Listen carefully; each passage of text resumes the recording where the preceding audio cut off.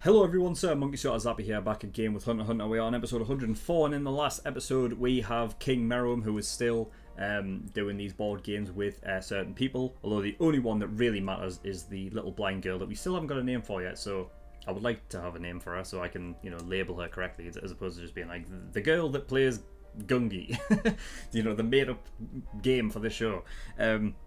But yeah, so he is getting absolutely dominated every game, and he can't figure out why.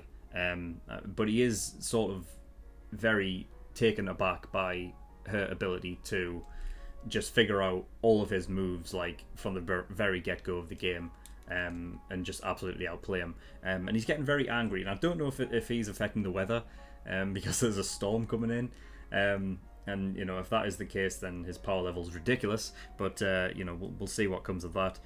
We have Cheeto, who has gained an ability to take somebody to a different realm or a created space where they can play tag, and the opponent has to tag Cheeto within 8 hours or something happens, and we'll see. I'm hoping we see what happens with that, because I'm almost tempted to think, because they've set that like they've set the 8 hours thing, that Morel's not going to be able to get him within the 8 hours, and we're going to see what happens with it. So I don't think he's going to die from it. It's but it's just one of those things. We've Harin, the little girl that seemingly has no like animal features at all, considering all of the other Chimera ants are clear different animals, and they've got like all of these things that clearly define them as a chimera, and she's just like this little girl, but apparently she is a Nen exorcist, and what that entirely means, I don't know what it really, what the definition of that would be. It seems like it's only a temporary thing, or it just takes a very long time for her to sort of dispel this Nen, because she's still exercising the Nen that she got off Cheeto right now in the present. So it's clearly something that takes a while, or it's just something that she can contain as long as she's focusing on it.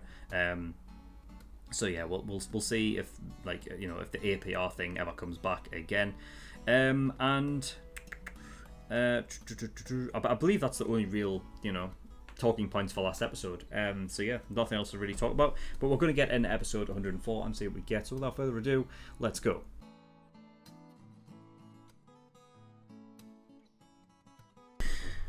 Okay, episode 104. Right, well, the matches between the blind girl and King Meruem continue, and he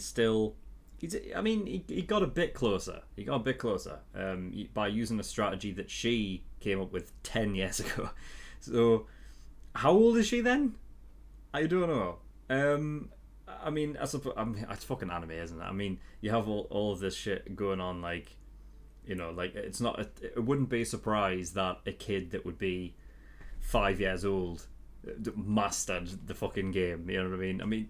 The other episode you had Killua basically saying that he mastered darts fucking at the age of 6 or whatever it was. So, she can still be a rather young kid. But yeah, and I think it's an interesting sort of thing with her, because I think the blindness actually plays a big part in the fact of why she is why she doesn't lose her cool in the matches. Like, you noticed with the other people that he was playing beforehand was so they were so afraid that they wouldn't have even been able to focus. And I think it's because just seeing him, seeing Meruem and what he can do, and what he's capable of is a scary thing. And I think because she's blind, she doesn't have that innate fear. She's respectful to the leader and everything like that, and obviously she doesn't want to upset him and stuff. And I don't know whether that's just through innate fear of what the leader will do if she does upset him, or it's just a thing of respect or whatever. But I think it works to her advantage in this regard. But either way, at the very end there, he said that he's finding himself enjoying the games, because it's a challenge. So I think we have that sort of connection there between Netero and Meruem sort of seeded, and that the similarity is that they both are up for the challenge of something that, with Netero, it's something that he hasn't had to really go all out and serious for a long time. And then Meruem, who came into the world basically knowing that he is the strongest thing on Earth, or on this planet, whatever the fuck it is, and knowing that it was just like, oh well, I'm not going to get any enjoyment out of sort of like killing these people, because it's not going to be a challenge. Just give me something that'll taste good, and I guess that'll have to do for now. But now that it as opposed to like an instinctual thing, I guess, for him and the other ones, like the Chimera Ants in general, to kill, it's another way of them Chimera Ants sort of evolving over time, like they like to do. And they, you have Meruem, who now has gone into playing these games and stuff, and even though the other ones he didn't really have any trouble against, he eventually he beat the champions at the other games and stuff. At this one he's really struggling with, and because of that he saw the progress, and I think that's something that can obviously be taken into life. The whole thing of the journey is what makes the result so mean a lot. There's no use just being able to beat things without any fucking challenge whatsoever.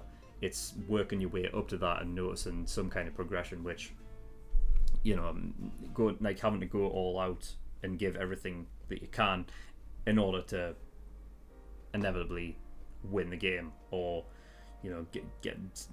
get to a point where where you are actually better and stronger than before. So yeah, I mean, it's going to be interesting to see how that does play out. I mean, she said he's just figured out this strategy now. God knows how many games they've actually played. And she said that she came up with it 10 years ago. So how many fucking strategies has she come up with since then? Now, granted, it might not mean as much, because the fact is, Meruem and all the Chimera Ants tend to learn things a hell of a lot quicker. Very rapid. So it's all going to really depend. But the fact is that what I was saying last episode in the discussion was that I feel like she doesn't really have anything else other than Gungi, and that's her thing. So hopefully, if he does win,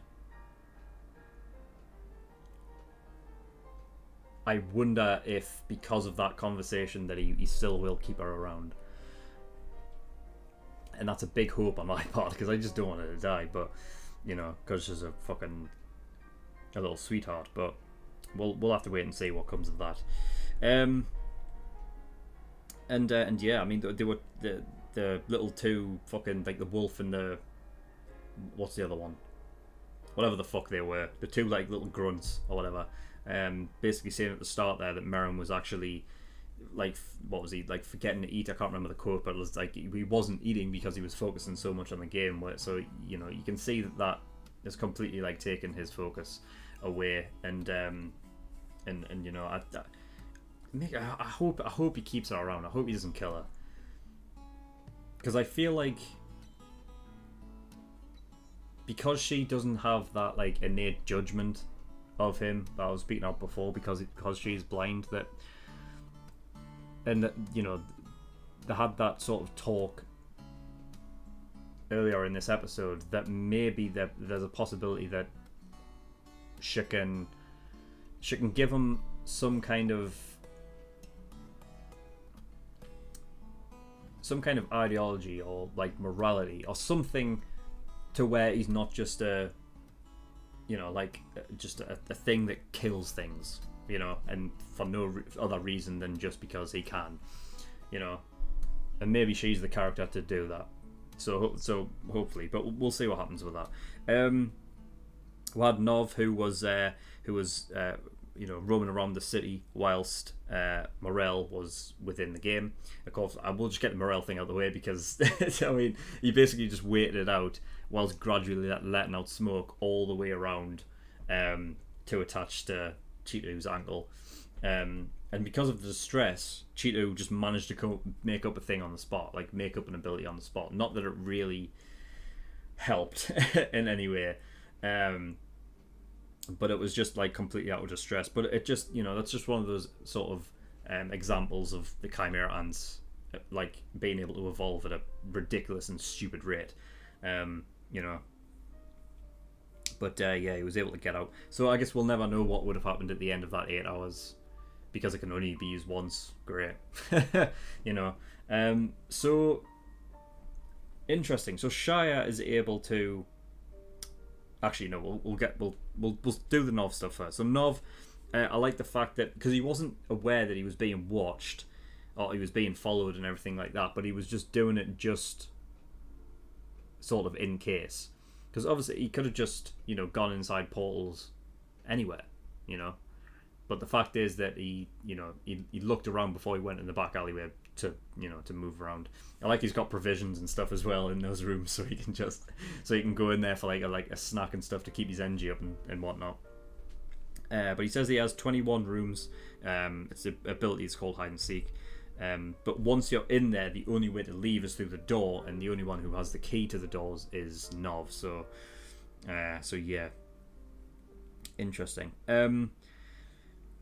So yeah, with Shia. So Shia can gift out Nen abilities.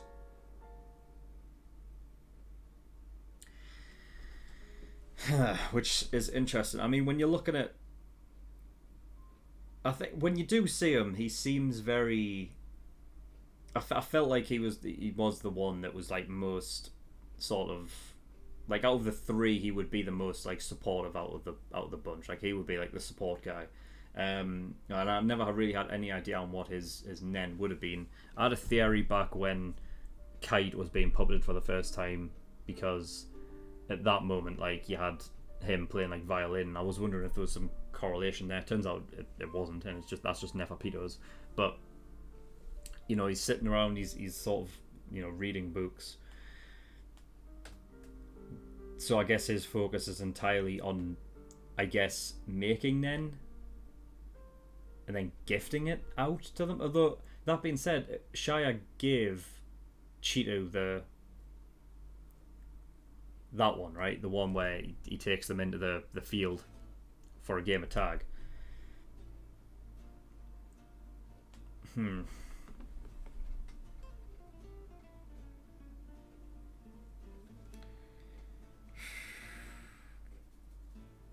You see, there's not much I can really like say on it, or like because I don't know the process in making the ability. Because with Nen in particular, it, like I said last episode, that I feel like it's just a whatever. Like, if you can imagine it, then you can make a Nen ability out of it, because it's just that advanced. Like, it's that varied. So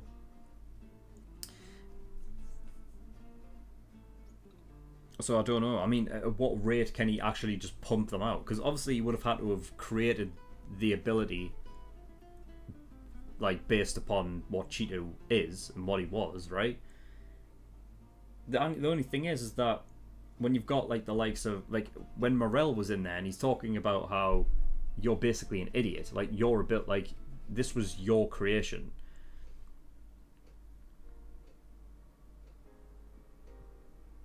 Like, how did... I'm confused because apparently it was Shia that gifted him it, right? But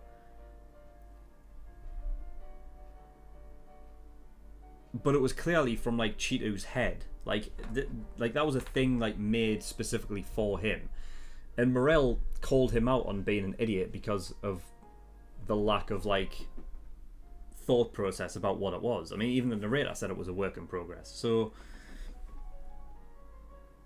I don't know. Like, there would have to be some like give and take there, and I don't know how that would work. Like, how would like Cheeto be involved in Shia gifting him a Nen that Shia would have to create, unless Shia's just not like thinking about it at all?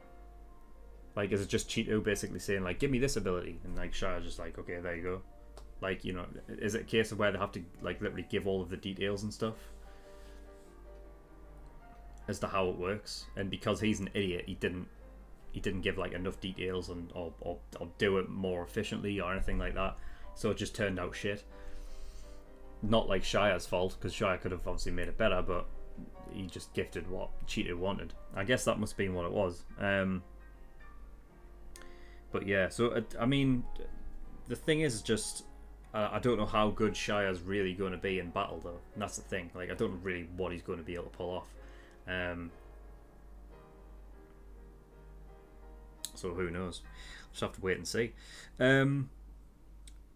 We've got Leol, who has the rental pod sort of thing. So,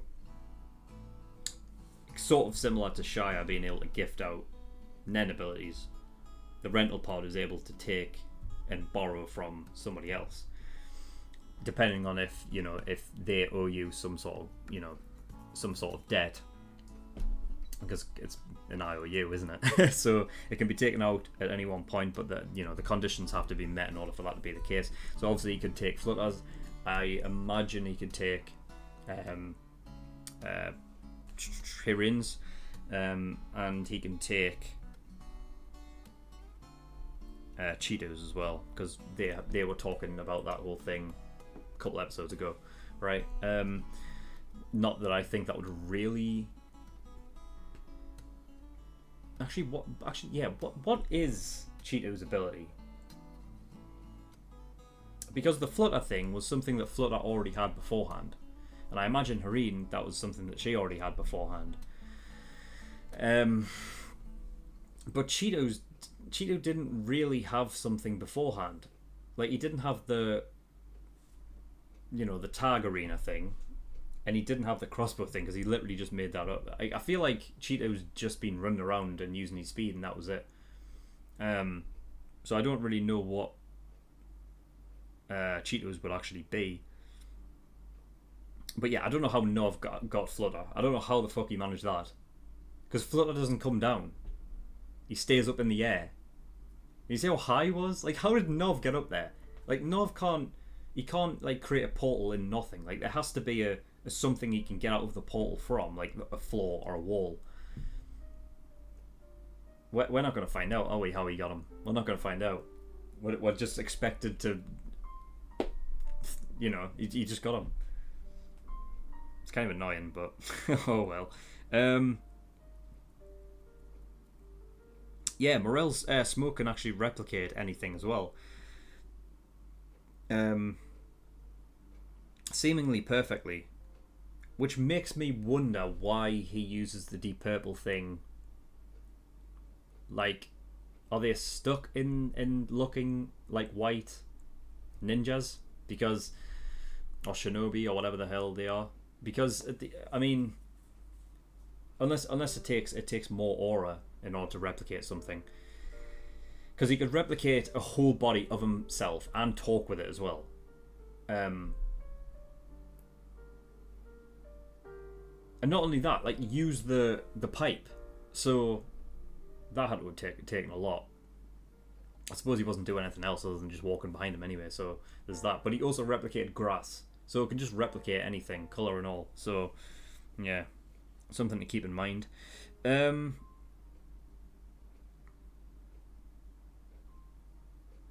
yeah, the whole thing with the blind girl, like, the next time, no breaks. That's bullshit, Merum. That's bullshit. Like, even though she said that she could do it for 3 days, like, he said no breaks next time. So, like, it's kind of going against, I think, what he's sort of turning into. This whole thing of liking the challenge. Like, you're kind of, it's a way of cheating in a way, you know? Like, for him, it's fine. He's a chimera ant. Like, it doesn't fucking affect him. I don't even think they go to sleep. So it's fine for him. Whereas she's like, she'll be getting like, you know, mentally, you know, drained and fatigued. All of a sudden, like, her mind will not be as I'll not be working as well, and then she'll start making fucking, you know, bad moves because she's not thinking about it. You know, it's just it's fucked. Which means he's not going to be satisfied. That whole thing I was talking about the challenge and everything like that of working up to actually beating someone. He's literally just said at the end there that, you know, that's what, like, he's starting to like enjoy the games and everything, and that's the reason why. I wonder if it's just that he's not understanding that is the reason why, and that's what he's kind of learning over time, because he's not going to get the satisfaction if he didn't beat her at her best, right? So I don't know. I think it's bullshit though, you know.